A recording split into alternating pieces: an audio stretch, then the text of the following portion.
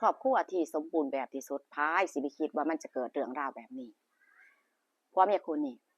อยู่กันมานับ30 ปีมีแต่ความสุขตลอดบ่เคยทะเลาะกันเลยซ้ำไปมีลูกมีเต้าแต่งงานมีครอบครัวไปเบิดแล้วแต่วันหนึ่งแต่วันหนึ่งน้องสาวบอกว่าอยากจะให้ลูกสาวนี่ไปอยู่น้ำป่าฝากแน่เจ้าของจะไปอยู่น้ำผัวต่างประเทศก็เลยให้ลูกสาวนี่มาอาศัยอยู่นั่นเนื่องจากว่าจะมาเรียนในตัวเมืองแล้วก็จะฝากฟังอย่างหน่อยก็มีญาติพี่น้องได้ดูแลประมาณนี้ป่ากระตกป่าปรับค่ำเพราะว่าอยู่กัน2 เฒ่าอยู่กัน2 คนเนื่องว่าลูกแล้วเนี่ยไปทำงานแล้วก็มีครอบครัวไปแล้วส่วนหลานนี่ก็ทำงานแต่ว่าก็เฮ็ดบ่เป็นงานที่แบบจริงๆจังๆเดี๋ยวก็ออกจากงานแล้วก็ว่าตกงานประมาณนี้สงสัยสิเป็นคนที่บ่ตั้งใจทำงานนั่นแหละพ่อแม่ฝากไว้แล้วจังซี่ก็ขนข้าวขนของมาอยู่ด้วยอายุหลายแล้วแต่ก็ยังบ่แต่งงานนะหลานสาวนี่ป้าก็ว่าเอามาอยู่ก็ได้บ้านนี่ก็อยู่กันแค่2 คนเงียบอย่างน้อยๆก็มีหลานมาอยู่ด้วยช่วยดูแลทำงานบ้านโน่นนี่นั่นก็ยังจะเบาไปประมาณนี้เนาะคือความรู้สึกของคนที่อายุมากแล้วลูกๆหลานๆมาอยู่ด้วยนี่สบายใจพ่อมาอยู่ก็เป็นปกติดีนะเป็นปกติตัวหลานนี่ก็ว่าไปทำงานได้งานพอดีก็ออกไปทำงานเช้ากลับแลงแล้วที่นี่อยู่ไป2 เดือนเข้าไปว่าตกงานแหละเป็นปกติของเธอเพราะว่าเดือน2 เดือนเนี่ยเธอจะตกงานว่าตกงานอ่าคือจังกับแบบว่าขี้เกียจเฮ็ดงานนี่มันบ่ตอบโจทย์เจ้าของบ่มักนู่นนี่นั่นก็ว่าไปแล้วก็อยู่บ้านว่าเดี๋ยวจะหางานใหม่ใช้เวลาอยู่บ้านส่วนป้านี่ก็คือแบบว่านั่นล่ะเนาะคือเข้าวัยแบบว่าเกษียณแล้วจังซี่นะเกษียณแล้วก็ใช้ชีวิตอยู่บ้านบางครั้งบางทีก็ออกไปออกกำลังกายไปหาเพื่อนไปนั่งพูดคุยกันเม้าท์มอยกันจังซี่นะหลานเนี่ยก็อยู่กับลุงอยู่กับลุงอยู่บ้านแรกๆก็ดูปกติบ่มีหยังแปลกไปจังซี่เนาะพ่อหลานนี่บ่ได้เฮ็ดงานหลานก็จะมีเวลาอยู่บ้านเสียส่วนมากก็เหมือนกับเพิ่นมีโอกาสได้อยู่ใกล้ชิดกันกับลุงความสนิทสนมใกล้ชิดได้ดูแลแต่ว่าอยู่บ้านก็บ่อยู่ซื่อดอกงานบ้านดูแลมีหยังสิเฮ็ดก็เฮ็ดอยู่แล้วก็คือแบบดูแลป้ากับลุงนี่แหละความสนิทสนมอยู่ใกล้ชิดกัน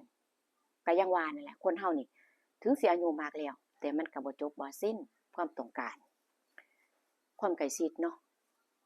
ป้าลุงก็บ่แม่นว่าสิคนที่แบบฐานะแบบว่า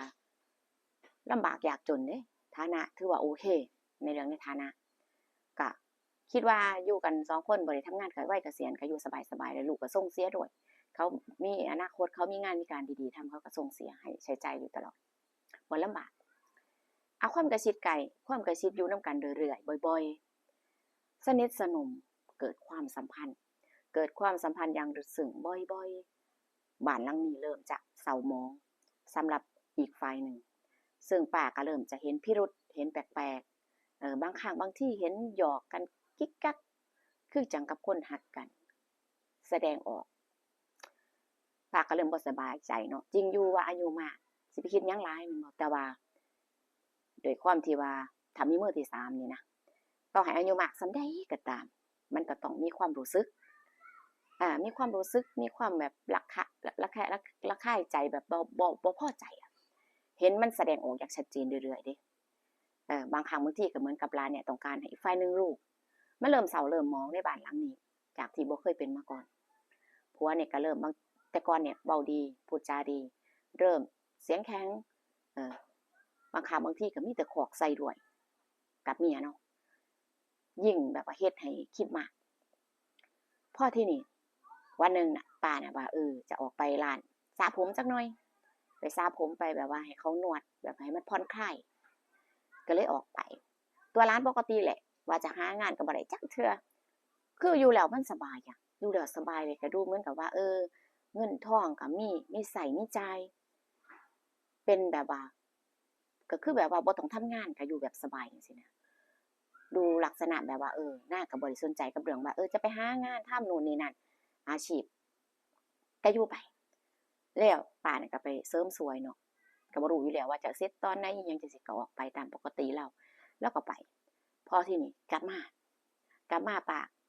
กลับมานี่ผัวบ่รู้กับหลานเนาะมาเห็นอยู่ในครัว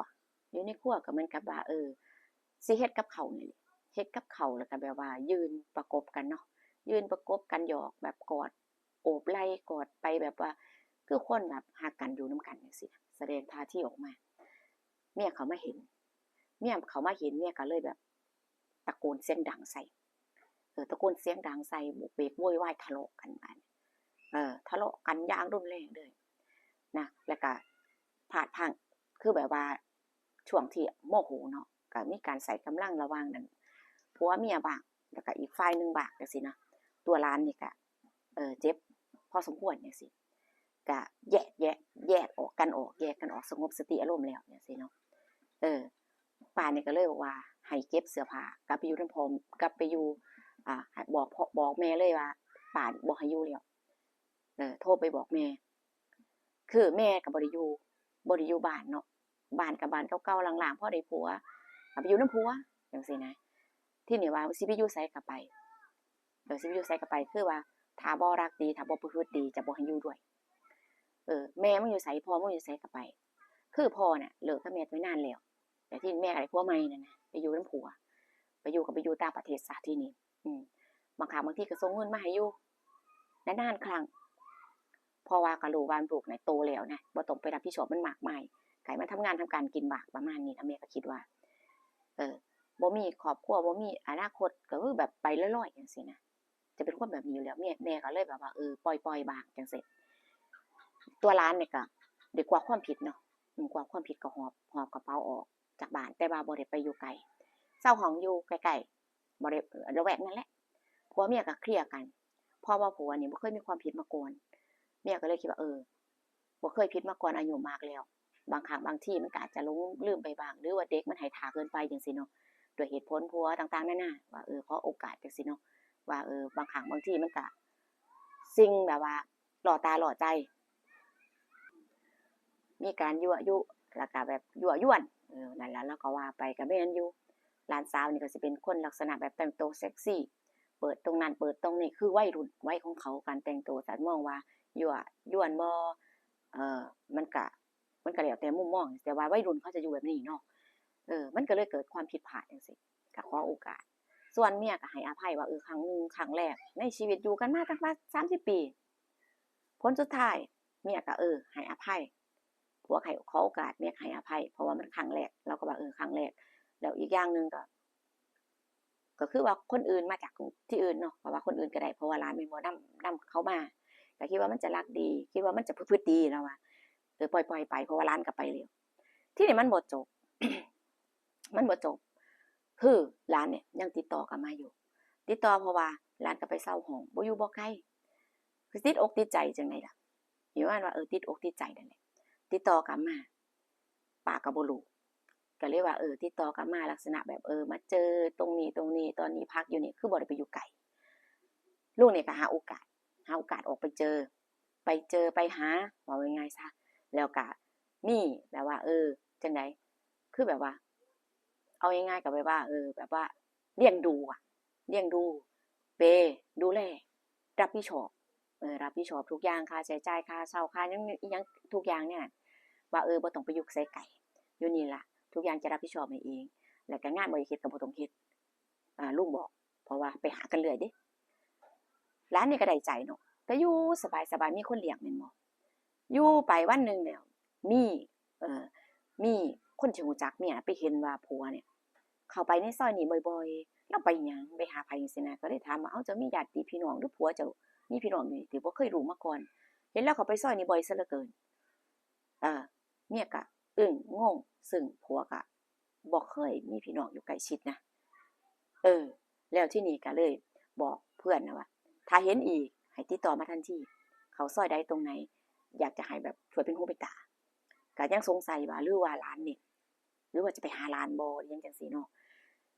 ทีนี้วันที่ผัวเขาไปหาหลานล่าสุดเลย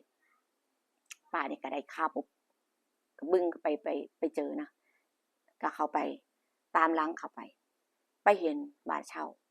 กะหลังบ่ได้ใหญ่โตแต่ว่าเป็นบ้านห้องเดียวบ้านสัดส่วนที่แบบโอเคอยู่ได้คนหนึงอ่ะคือก็บ่รอช้าเนาะก็เข้าไปในบ้านเลยเพื่อนว่าเข้าไปนี่แหละผัวเจ้าเข้าไปในโน่นเข้าไปในนี่ข่อยตามมาติดๆเลยว่าซั่นเมียก็เข้าไปเบิ่งเข้าไปคือด้วยความที่ว่าบ่ได้รู้จักไผเนาะก็คิดว่าเขามาส่งของโน่นนี่นั่นนะแล้วก็เคาะประตูบ่ได้ส่งเสียงแค่เคาะประตูหลานก็เดินมาเปิดก็น่าจะว่าคือรีมาส่งของหรืออีหยังประมาณนี้เปิดมาก็เห็นจังๆเลยเห็นจังๆว่าป้ายืนอยู่หน้าประตูป้าก็บ่รอช้าพักคือแบบว่าจะเข้าไปข้างในจังซี่เนาะไปก็เห็นผัวนั่งสบายใจเฉิบอยู่คือก็ฮู้แล้วว่ามาหยังเหตุผลมันยังบ่จบบ่สิ้นกันนี่ผัวก็เห็นหน้าเมียเนาะก็ตกใจเพราะว่ารับปากเป็นดิบเป็นดีว่าให้สัญญาจะบ่ทำอีกแล้วจะบ่กลับไปจะบ่ติดต่อใดๆกับเด็กคนนี้อีกซึ่งมันสวนทางกันผิดคำเว้าผิดคำสัญญาทุกอย่างทั้งหมดเลยเมียก็ทวงสัญญาทวงคำเว้าว่าใส่ว่าให้สัญญาอย่างดิบดีใส่ว่าสิบ่ติดต่อใส่ว่าสิเลิกผัวก็ก้มหน้าก้มตาบ่ตอบเพราะว่าตัวเองเฮ็ดผิดอีกครั้งที่2นี่บาดโอกาสบ่มีแล้วเมียก็เลยว่าอยู่นี่ล่ะบ่ต้องไปไสรอแป๊บนึงเมียว่าเมียก็ออกจากบ้านที่ร้านเช่าไว้น่ะไปขนเอาเสื้อผ้าของผัวเนาะขนเอามามีหยังก็ตามเอามาถิ่มไว้หน้าบ้านเช่าตรงนั้นว่านับตั้งแต่วันนี้เป็นต้นไปบ่ต้องกลับไปเห็นหน้าอีกนะบ่ต้องกลับไปอีกขาดกันเลยอายุมากแล้วให้โอกาสก็ให้แล้วเป็นหยังคือบ่กลับตัวด้วยความที่ว่าเรารักเนาะเฮ็ดเห็นแบบว่าเห็นตามตาแล้วก็ยังให้อภัยเด้อันเนี้ยเนาะแต่ว่าผัวน่ะก็ยังว่านั่นล่ะมันเคยๆแล้วก็ติดอกติดใจลืมบ่ได้ตัดบ่ขาดก็เป็นลักษณะนี้คือใหม่ๆอะมันดีทุกอย่างอะแหละผัวก็บ่ตอบโต้หยังก็ก้มหน้าก้มตาคือเงียบแล้วทีนี้หลานก็ปิดประตูบ้านใส่เลยปิดประตูบ้านใส่เลยคือผัวก็อยู่ในบ้านเด้ออกมาของก็กองอยู่ข้างนอกเมียก็กลับบ้านก็โทรไปบอกลูกต่างๆนานาว่าเรื่องราวมันเป็นแบบนี้แม่เลิกแม่ตัดขาดก็พอแล้วจังซี่นะเขาก็ไปอยู่กับผู้หญิงคนใหม่ซึ่งก็เป็นหลานนี่แหละก็โทรไปบอกน้องก็เสียใจว่ามันเป็นได้จังใดมันเป็นหยังจังเป็นแบบคนที่ชั่วขนาดนี้เนาะก็คือว่าลูกสาวน่ะก็บ่มีประวัติที่ว่าไปแย่งผัวไผหรือว่าทำตัวบ่ดีจังซี่ดอกนี่ก็เป็นครั้งแรกคือกันแต่ว่าก็เป็นคนที่บ่เอางานเอาการบ่ทำงานทำการดอกแต่ก็คิดว่าอยู่ไปนานๆก็จะค่อนแค้นเพราะว่าหยังเพราะว่าอีกฝ่ายนึงก็อายุมากแล้วเนาะจะหาเลี้ยงกันไปถึงไหนแม่นบ่แล้วอีกฝ่ายนึงก็เป็นเด็กที่แบบบ่เอางานเอาการสิไปหาเลี้ยงดูแลในบัดปลายชีวิตบ่ล่ะก็รู้สึกว่าอนาคตจะหนักนะจะแย่น่าจะไปบ่รอดนะน่าจะไปบ่รอดเพราะว่าก่อนหน้านี้ก็คือว่าเป็นฝ่ายซัปพอร์ตแม่นบ่ล่ะคือต่อไปอนาคตมันจะเป็นจังไดFC คิดว่ามันจะเป็นจังไดคิดว่าบ่รอดใหม่ๆก็ดูดีรักกันน่ะแต่ว่านั่นแหละมันก็บ่ต้องบอกก็รู้ว่าจุดจบน่าจะบ่สวยแน่นอนเนาะคนเฮานี่บางคนก็บ่มักดีบางคนก็เสียคนตอนอายุมากหลงระเริงหรือว่าหลงกับสิ่งที่ได้เห็นได้เจอมาลักษณะนี้คือว่านั่นล่ะสิ่งมันล่อตาล่อใจคือข้าภาษาบ้านพูดว่าเขายกพระเขามาให้กินไผสิบ่กินแม่นบ่ก็ต้องกินโทษเขาก็บ่ได้เดะอันนี้ก็โทษฝ่ายใดฝ่ายหนึ่งก็บ่ได้นะเรื่องราวนี้ FC ฟังแล้วมีความรู้สึกความคิดเห็นจังไดเอาจะว่าสิรอดบ่ความรักจังซี่แต่สำหรับผู้ว่าโอ้คงสิยากเขาจะไปกันบ่ยากอยู่แต่ก็น่าเห็นอกเห็นใจเนาะเห็นใจทั้งฝ่ายเมียอยู่กันมาโอ้ยจนเฒ่าจนแก่แล้วบั้นปลายชีวิตก็ได้แยกย้ายกันไปจังใดจังซี่นะคะ FC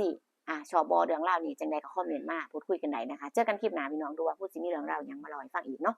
นะคะขอบคุณกำลังใจที่มีให้กันนะคะไปเด้อพี่น้องเด้อสวัสดีค่ะ